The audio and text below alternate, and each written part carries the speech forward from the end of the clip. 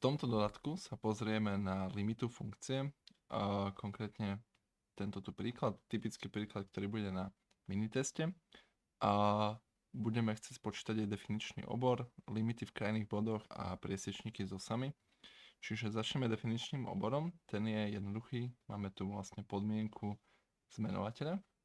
Menovateľ sa nesmie rovnať 0, takže 2x plus 2 sa nesmie rovnať 0. To znamená, že 2x sa nesmie rovnať minus 2, takže x sa nesmie rovnať minus 1.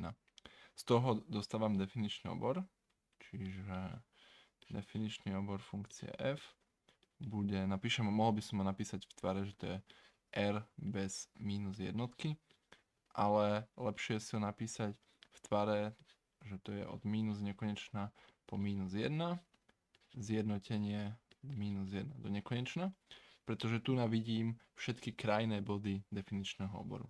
Čiže aké budú krajné body definičného oboru?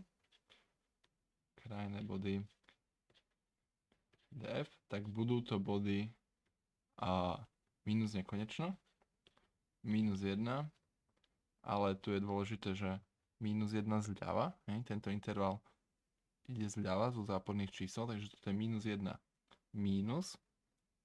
Potom tento interval tam má znova minus 1, ale sprava, čiže to je minus 1 plus a potom samozrejme plus nekonečno. Okay, čiže v týchto všetkých 4 bodoch chceme spočítať limitu. To je to zadanie za B. Takže môžeme sa do toho postupne pustiť. Začneme limita, x ide do nekonečna. Poďme sprava. To by malo byť najjednoduchšie z funkcie f x. To sa dá spočítať hneď iba tak, že vidím, že v čitateľi je x na druhu, čo prebije všetko, čo je v menovateli. Menovateľ je najväčší člen 2x, čiže rádu x na prvú. Takže čitateľ vyhrá a celé to bude plus, pretože čitateľ a aj menovateľ majú kladné znamienka, takže to bude plus nekonečno. Aby som to napísal formálnejšie, tak vyberiem z čitateľa aj z menovateľa najväčší člen, to znamená x na druhu v čitateľi a x v menovateli.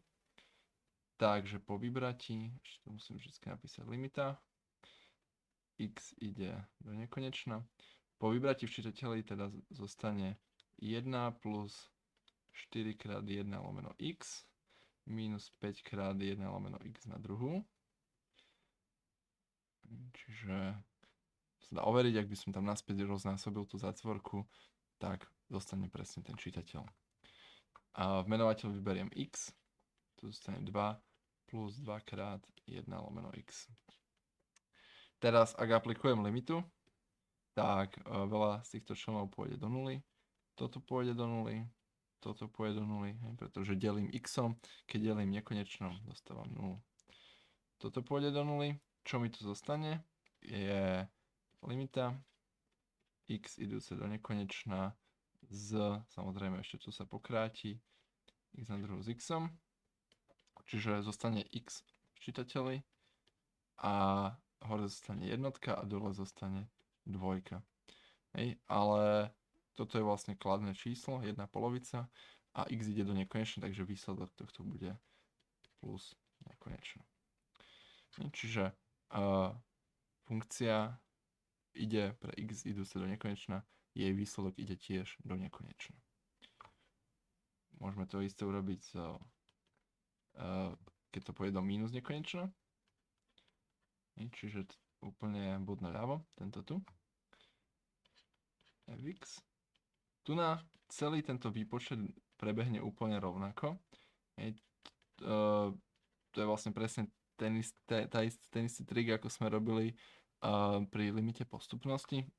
Toto celé prebehne rovnako, zostane mi tu presne to, čo som spočítal, pretože táto úprava nijak nezávisí na tom, že či x ide do plus alebo minus nekonečna, tak či tak tieto členy pôjdu do nuly. Je jedno, že či delím nekonečne veľkým číslom kladným alebo záporným, stále to pôjde do nuly. V jednom prípade do nuly to pôjde sprava, v druhom prípade do nuly zľava, ale to nás v tomto prípade nemusí trápiť. Takže môžem sa presunúť rovno sem. Je to x krát 1 polovica. No a keďže x ide do minus nekonečna, tak celé to pôjde do minus nekonečno takisto. Sa minus nekonečno, plus nekonečno. To sú krajné body definičného oboru, ktoré má každá funkcia. Hej, každá funkcia vlastne minus nekonečno plus nekonečno nie je v definičnom obore, lebo to nie je v obore reálnych čísel. Ale táto funkcia naviac má ešte bod minus 1 problematický a teda môžeme buď do toho bodu minus 1 ísť zľava, potom je to minus 1 mínus, alebo môžeme ísť do neho sprava, potom je to minus 1 plus. Sprava znamená z väčších čísel, čiže od 0, hej, 0, minus 0,5, minus 0,7, minus 0,8, minus 0,9 a tak ďalej. Keď sa budeme blížiť k minus 1, tak to je, že znamená, že ideme sprava, ideme do smeru kladných čísel. Zľava zase znamená z viacej záporných čísel, čiže od minus 2, minus 1,5, minus 1,3, 1,2, minus 1,1 a tak ďalej. Takže poďme najskôr začať tým, že pôjdeme do minus 1 plus, to si myslím, že bude trošku jednoduchšie. Takže spočítajme si, limita x ide do minus 1 plus. Ideme sprava z fx, takže som prepísal limita do minus 1 plus. Teraz mám túto funkciu. Čo je dôležité sú znamienka. Ak x ide do minus jednotky správa alebo zľava, menovateľ mi rastie do nekonečna. To znamená, že ten výsledok, menovateľ mi ide do nuly, takže výsledok rastie do nekonečna. Pretože keď delím veľmi malinkým číslom, dostanem obrovské výsledky. A čitateľ, môžeme si skúsiť, že aké číslo dostaneme v čitateľi.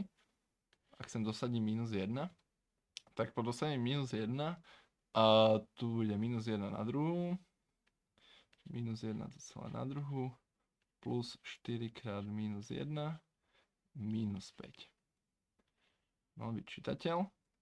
No a v menovateli, keď dosadím, teda tu už je dôležité rozlišovať to, že to je minus 1 plus 2. Tak dostanem niečo takéto. Ešte raz prepíšem limitu. Minus 1 plus. No, čitateľ, spočítame si, čo bude. Minus 1 na druhú je 1. Plus 4 krát minus 1 je minus 4. Je minus 5. Vidím, že čitateľ bude záporný. To je dôležitá znalosť. Toto tu je minus 8. Čiže čitateľ má záporné znamienko. Takže menovateľ ešte poprvé pôjde do nuly, ale po druhé tiež potrebujeme zistiť, aké má znamienko. Ak bude takisto záporné, tak celý výsledok bude kladný. Ak bude kladné, tak celý výsledok bude záporný. Čiže čitateľ a menovateľ určujú znamienka a potom tým, že ten čitateľ ide do nuly, tak celý výsledok pôjde buď do plus alebo minus nekonečno. To je to, čo očakávame, pretože ak spočítam toto, 2 krát minus 1 plus bude minus 2 plus 2 a ak si toto tu nakreslím na číselnú os, tak tu mám minus 2, teraz chcem sa posunúť o plus 2, to znamená niekde sem, toto je plus 2 a skončím v 0. Lenže keď som v minus 2 plus, som niekde tu, trošku ďalej. Minus 2 plus, trošku smerom ku kladným číslam. Ak teraz pripočítam plus 2, tak sa dostanem ďalej. Dostanem sa do 0 plus. Čiže výsledok tohto menovateľa je 0 plus. Čiže kladná 0. Znamienkou menovateľa je plus. To je dôležité. Hej. V princípe proste je tu minus 2 plus 2, to dá 0. A keďže tu je plus, bude plus aj pri 0. Keby tu bolo mínus, bude pri 0 mínus. Respektíve dá sa robiť táto úvaha o číselnej osi. Dobre, čiže čo máme? Hej, je limita x ide do minus 1 plus z minus 8 deleno 0 plus. Hej, to je teda nekonečno, ale záporné, kvôli tomu, že čitateľ má záporné znamienko, či to sa na mínus nekonečno. OK. Ak pôjdem do minus 1 minus, tak to celé prebehne veľmi podobne. Čitateľ bude stále minus 8, tam sa nič nezmení. Čo sa zmení je menovateľ. Zmení sa znamienko menovateľa.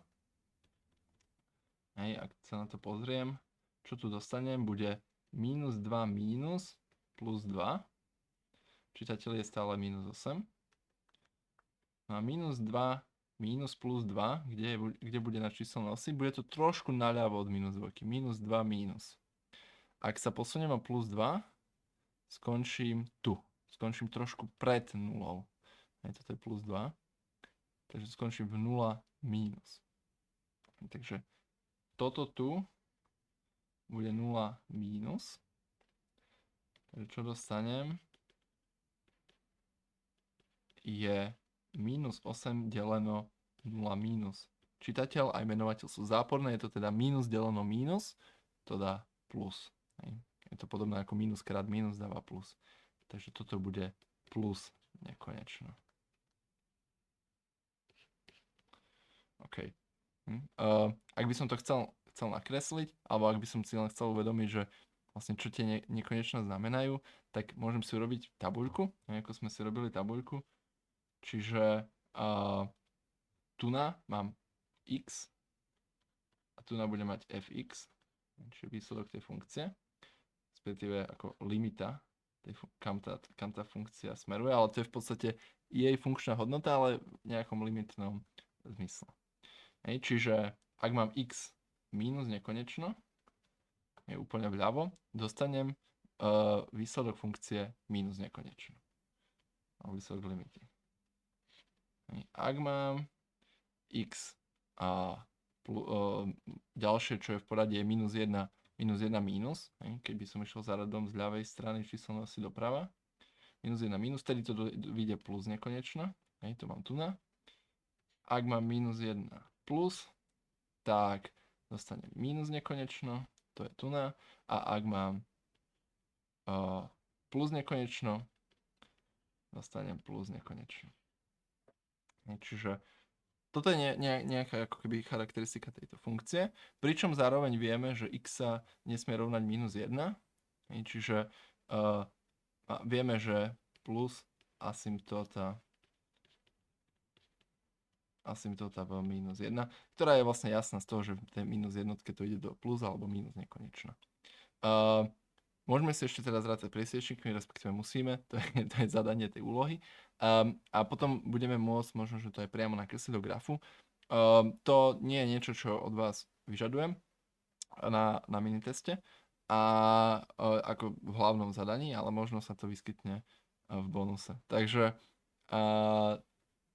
toto tu, keď chceme spočítať priesečníky, použijeme klasický úplne postup, ktorý je, že priesečník z osou y znamená, že je x 0, takže dosadíme všade nulové x.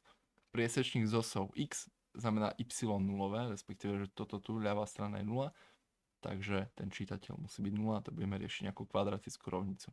Takže začnem tým ľahším. Začneme teda priesečníky s osou y. Tam, čo je podmienka, je, že x sa rovná 0. To je podmienka. Takže ak máme tú funkciu, tak priesečník spočítame, takže dosadíme za x 0. To vlastne do tej zátvorky sa dosadzuje x rovné 0. Čiže naša funkcia bude 0 na druhu. To bolo ďalej 0 na druhu plus 4 krát 0 minus 5. Plus 4 krát 0 minus 5 a v čítateli je to 2 krát 0 plus 2. Pardon, v menovateli 2 krát 0 plus 2. OK, toto potrebujem spočítať. To je 0 plus 0 minus 5, 0 plus 2, čiže minus 5 polovíc. OK, to je prvý priesečník. Priesečníky s osou s druhou osou, čiže s osou x. Tam budem musieť počítať kvadratickú rovnicu, priesečníky s osou x, pretože mám podmienku y sa rovná 0. Respektíve toto y, to je vlastne práve to fx. Čiže fx sa rovná 0. Takže táto tu celá vec sa má rovná 0. Môžem toto ešte opísať. Čiže 0. Môžem používať takúto notáciu, ako som robil na cviku. že tu nadávam takýto výkričníček, to znamená, že to je ako podmienka, že musí sa to rovnať 0, hej? A potom z toho počítam niečo, nejaký výsledok.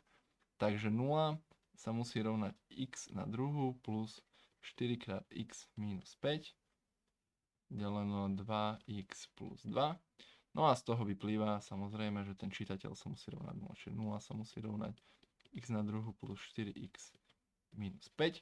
Potrebujem vyriešiť túto kvadratickú rovnicu. Ako vyrieším túto kvadratickú rovnicu? Buď diskriminantom, ten vám pravdepodobne aj napíšem na tabuľu, aby proste toto nie je ako keby niečo, na čom by ste mali strácať čas. Dôležité je v tomto príklade spočítať teda tieto limity a rozumieť tomu. Akože čo vlastne treba počítať, ako určiť ten definition hovor a tak ďalej.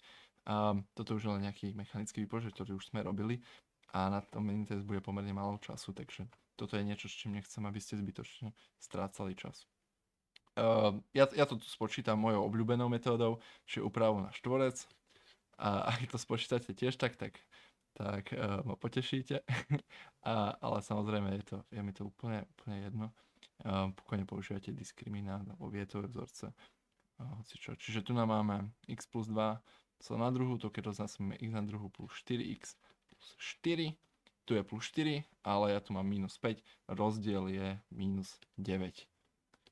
Úpravou na štvorec je to x plus 2, minus 3. X plus 2 plus 3. Preto, lebo 9 je 3 na druhú. Dobre, čiže dopočítam zátvorky a to bude x minus 1, x plus 5, hej, to sa dá vidieť už hneď z toho, že toto číslo je súčtom týchto dvoch a toto číslo je násobkom týchto dvoch.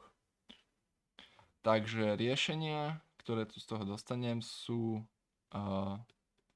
x sa rovná 1, je to nejaký prvý priesečník a x sa rovná minus 5. To je druhý priesečník, čiže v osi x mám 2 priesečníky. To je všetko, čo na miniteste stačí spočítať. No ale ja teraz skúsim nakresliť ešte tento graf ako bonus. Takže urobím si tu trošku miesto. A nakreslím ho do tejto oblasti. Mám tieto priesečníky, to potom budem môcť vyznačiť do toho grafu. Najskôr je však dôležité pri kreslení grafu takéto funkcie nakresliť si zvislú asymptótu, ktorá je v minus jednotke. To znamená, že nakreslím si súradnice osy minus 1 a tu bude asymptóta. A ku nej sa bude blížiť tá funkcia tak, že ak pôjdem zľava, tu od viacej záporných čísel, pôjde do nekonečna. Takže tá funkcia bude prichádzať niekde stadiaľto, bude sa blížiť k tej asymptóte. A ak budem prichádzať sprava z viacej kladných čísel, tak sa bude blížiť do minus nekonečna. Čiže nejako takto. Teraz potrebujem tu na osi y pretnúť sa v minus 5 poloviciach. Takže tu sa nejako pretnem a viem, že tu bude minus 5 polovic. Minus 5 polovic. Dobre. A teraz, na čo sa pozriem, je, že ako tá funkcia sa správa pre x-ové minus nekonečno a x-ové plus nekonečno. Ak idem do minus nekonečna, tá funkcia tiež ide do minus nekonečna. Hej. Čiže, čo to znamená? Je, že tá funkcia odchádza niekde do tohto tuna, niekde sem. Strašne ďaleko, ako keby s týmto smerom. Proste niekde do ľavého dolného rohu. Pretože aj v x, toto tu je x, toto tu je fx, aj v x, aj v fx alebo v y ide do záporného nekonečna. Hej. Ide do bodu minus nekonečno, čo je veľmi ďaleko vľavo dole. Takže viem, že tú funkciu mám nakresliť nejako tak, že odíde proste preč. S tým, že viem, že má sa pretnúť s x-ovou osou v minus 5. Takže ona ešte pôjde trošku zrejme viacej sa zakriví. Niečo takéto. minus 5. No, hej. A teraz tá druhá vetva, čo sa bude diať s ňou, je, že pôjde do plus nekonečna pre plus nekonečno x. Plus nekonečno je zase bod, ktorý je niekde ďaleko vpravo hore. Takže tá funkcia pôjde skrz os x v jednotke. Čiže OK, to trošku krivé bude, ale som to mohol lepšie nakresliť. Niečo takéto. Aj toto možno trošku. Malo by to byť symetrické. Voči sebe. Dajme tomu. OK. A tu na teda bude plus 1. Tam má priesečník a odchádza doprava hore do bodu plus nekonečno, plus nekonečno. Na obidve tie funkcie v tom nekonečne sa budú správať ako lineári a je tam nejaká šikma asymptóta. Konkrétne túto asymptótu si vieme pozrieť, alebo teda zistiť, ak sa pozrieme na vlastne vyjadrenie, ktoré sme získali pre x idúce do nekonečna, získali sme, že x, alebo teda tá funkcia fx sa správa ako x krát 1 polovica. X krát 1 polovica je práve predpis lineárnej funkcie. I toto tu je šikma asymptóta. Čiže hlavne teda tá jedna polovica je dôležitá, to je sklon tej priamky, respektíve priamku viem napísať ako fx sa rovná 1 polovica x. To je lineárna funkcia, s tým sme začínali. Čiže ak to napíšem sem, 1 polovica, alebo nakreslím sem, 1 polovica x, ako by som nakreslil, musí prechádzať počiatkom, to je dôležité, a má potom sklon menší ako 45 stupňov.